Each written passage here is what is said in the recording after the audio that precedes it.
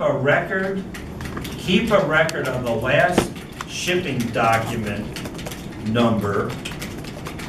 Keep a record of the last shipping document number shipped for the year.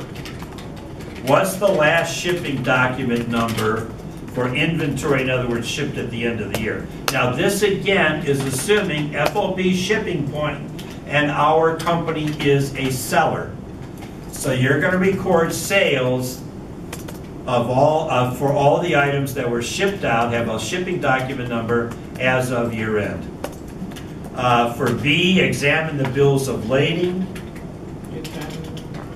For B, to B, examine bills of lading for the first shipments recorded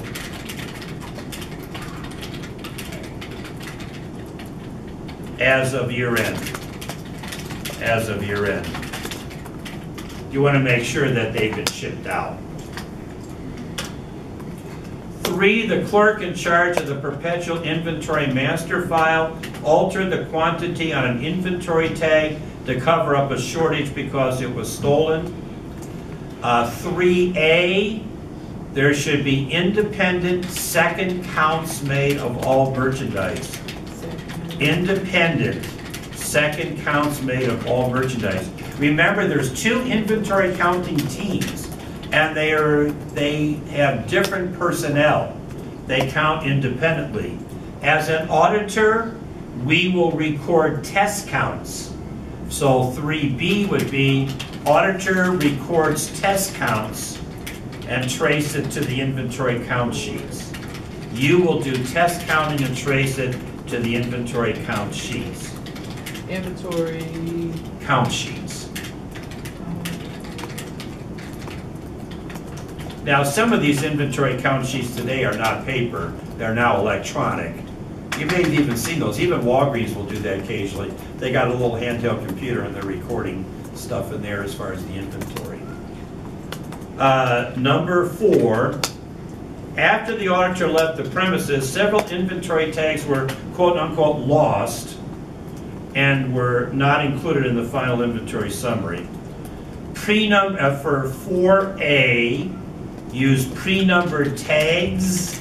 Use pre-numbered tags and account for every number in the sequence.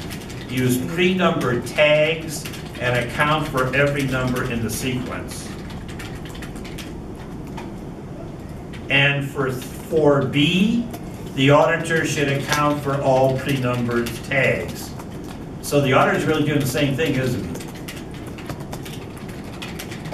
Let's say you find a lot of missing tags. What if you find a lot of missing tags? What if you find a lot of miscounts? What do you do then? Oh, I would say consider the inventory count to be unreliable. Tell the client they're going to have to do it all over again. They'll love that. So B's auditors should account for all pre-numbered tags. So really, A and B were really similar. Well, you don't do it right, we're going to have to do it over. But it's so we're taking people away from their jobs, and then maybe they have to shut. I'm sorry, should have done it right the first time. You're not going to be loved as an auditor. I hear. For sure. I'm not loved as a controller. Yeah, but that's because you're doing your job properly. Number 5, when raw material acquisitions were recorded, the improper unit price was included in the perpetual inventory master file. Therefore, the inventory valuation was misstated because the physical inventory was priced by using perpetual records. 5A, internal verification of the prices. Internal verification of the prices. 5B, compare vendor invoice prices. Compare vendor invoice prices to the perpetual inventory records. Vendor invoice prices to the perpetual inventory records. Obviously, they're not going to agree, and that's what the issue is going to be. Number 6, during the physical count, several obsolete inventory items were included.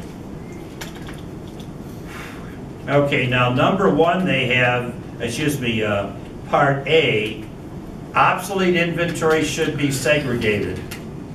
Obsolete inventory should be segregated. Now 6B is not a good answer. They have performed lower cost or market tests. What does that mean? Look for items, I have said, remember we just had a whole problem that dealt with obsolete inventory number, what was it, 21.8 or something? Mm-hmm. It basically, you could just say refer to 21.8. You don't have to type it all again. Refer to 21.8 for 6B. We went through a whole bunch of stuff there. And number 7, because there was an increase in volume during the current year and excellent control over overhead, the overhead rate applied to inventory was far greater than actual cost. 7A, periodically review the manufacturing overhead rate. Let me comment on that. Back when inflation was extremely high, we were reviewing factory overhead rates on a quarterly basis. Normally, they'd only be reviewed yearly. 7B, this is broad. Test the reasonableness of the overhead rate. Test the reasonableness of the overhead rate. Let me comment on this again. Be wary. You're looking for too much under applied overhead. But sometimes in the first quarter you could be under applied, in the second quarter over applied, and if you combine both quarters together, you're pretty much on target. If there's been a major change, for example, in cost levels that affect overhead items, then you need to reflect that by recomputing the overhead rate. All righty, so that was 24. 27 is kind of quick. This is the liquid shoe polish. Yes. In 27 on page 705, they say there's a lot of activity in Part A. They mention there's a lot of activity. Oh, is this the one? Okay, we have merchandise in 10 warehouses throughout the eastern U.S. There's a bunch of trucks coming in and out during the period. Some employees who are counting inventory are taken away to unload trucks. What should you do? By the way, this can happen. Ideally, there would be no activity at the loading dock. Ideally, employees, once they started counting, would continue to count. But if an express truck comes in, they're going to be taken away and they're going to be doing this other activity. So the big idea here is that watch the employees. If they were taken away from counting, it may take them 15 minutes to get back into the right trend of thought. Remember, we're not talking necessarily about upper level employees. You know, they were counting and they were conscientiously involved. Now they've been loading trucks, talking about Michael Jordan and his 8.9 million. Now they're going back to counting. Their mind's still on Michael. They're going to have to take him a while, so be cautious. Be cautious. So A? That's all I have to say. For A? Yeah, they just said here, observe the inventory counting and, you know, make sure that that didn't affect it adversely. I mean, there's nothing else to say for that. 27B, in one storeroom with 10,000 items, you test counted 200 items of high value and a few items of low value. You found no misstatements and everyone's diligently counting. Have you counted enough? I love the answer here. No. There is no clear-cut answer. It says it's based on factors. Here's some of the factors they have listed. What about the randomness of your test counts? What about the randomness of your test counts?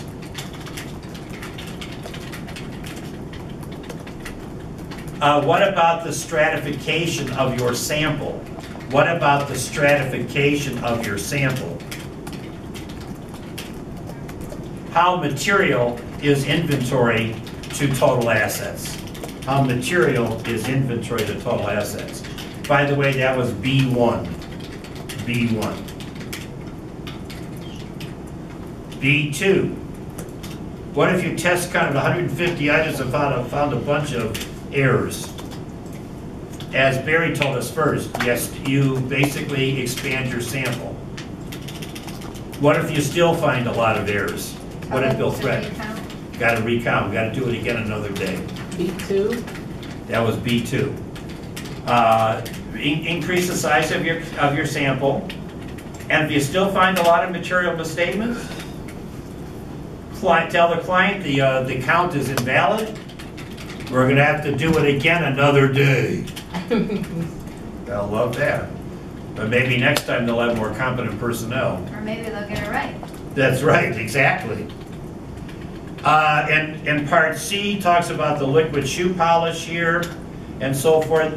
All I have to say about C is that if an item is subject to obsolescence, evaporation, spoilage, you got to carefully examine that. For example, some companies will put a life on a particular, on pharmaceuticals. Didn't we say, we talked about pharmaceuticals, where it'll say used by, there'll be a certain date. Watch out for those expiration dates. So you carefully examine it, and then they have to properly write it off, right? That's correct, exactly. But I don't want to write it off, it's still good. Too bad. Too bad. Have I ever taken a medication where it says it's like 2 years past the date on it? Probably yes. Yeah. Should I have? Probably no. It may have been ineffective, or it may have had adverse consequences. And the last part is said you found some pre-numbered tags that were thrown away. This is part D. You got to control the tags. You got to find all the lost tags. What if you can't find a bunch of them? Make them re-tag it. Make them re-tag it and do it over. Yes.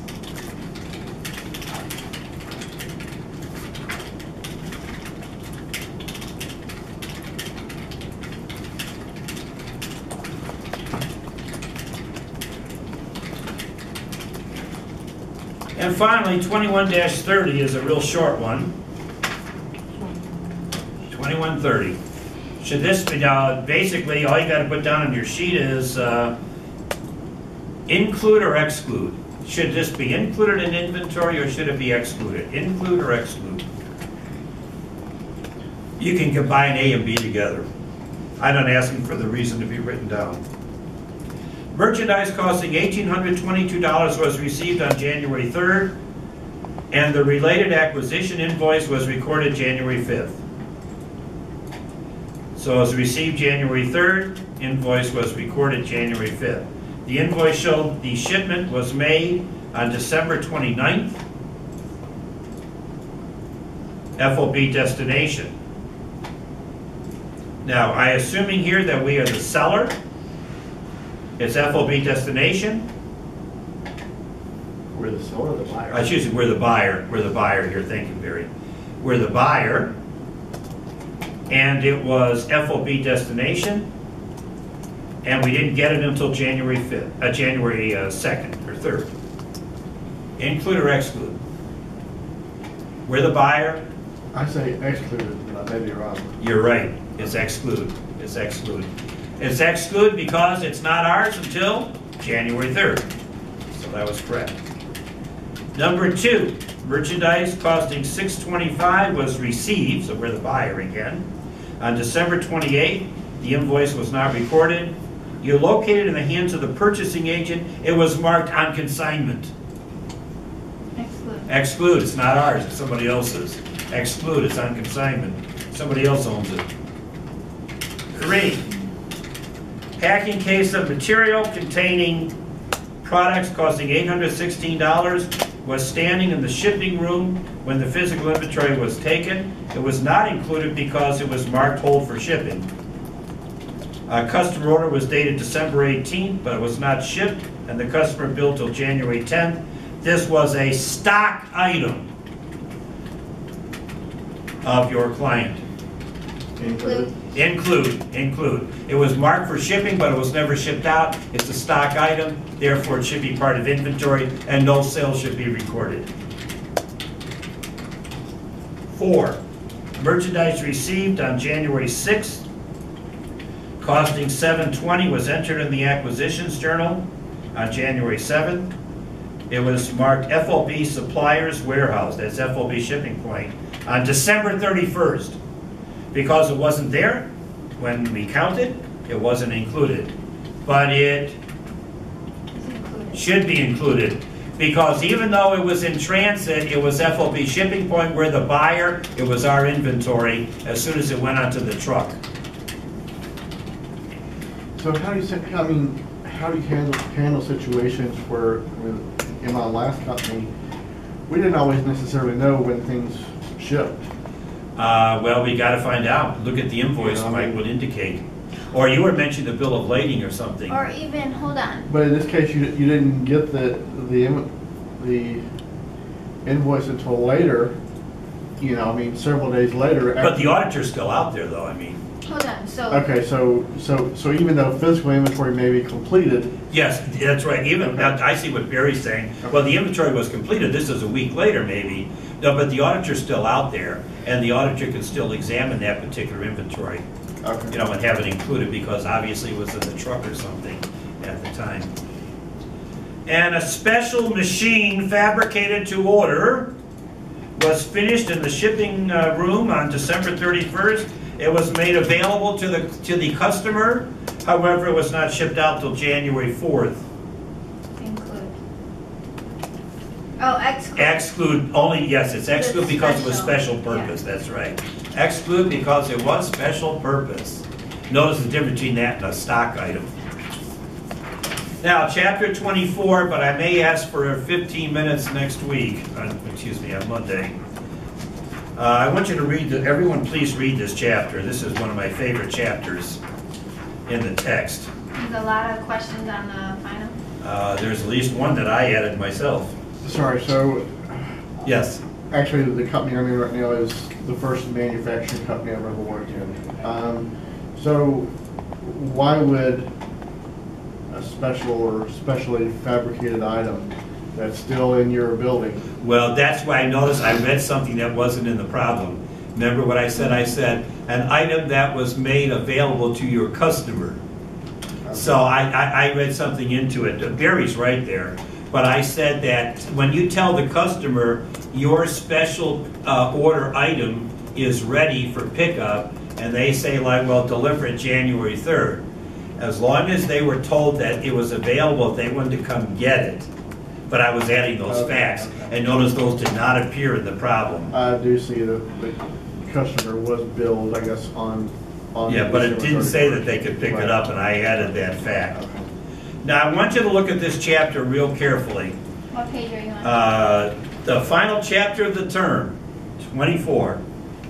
There's a bunch of different topics here. Oh, I mean page, I'm so sorry. Oh, I'm going to skim through the whole chapter. I'm starting on 759. I won't have time to lecture on these, so we'll probably go right to homework. We might have to do one or two problems on Monday, but this is a very interesting chapter. The first part talks about contingent liabilities and commitments. These might have to be booked, or they might have to at least be disclosed. Page 760 has a beautiful table, 24-2, talking about if something is probable, reasonably possible, or remote. Remote, don't worry about it. The other two, watch out. This is like where the attorneys are so upset because we're basically saying you've got to book a potential loss from litigation settlement, because that tells the attorneys for the other side, well, you are willing to pay, but it has to be reflected. But you don't book a potential gain. That's right, because that's too nebulous, but you do the loss, the one-sided sword, that's right.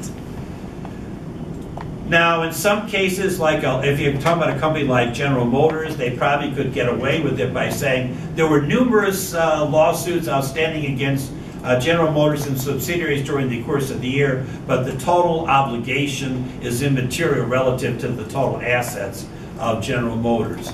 But watch out there. Commitments can be difficult too because your client may have a commitment like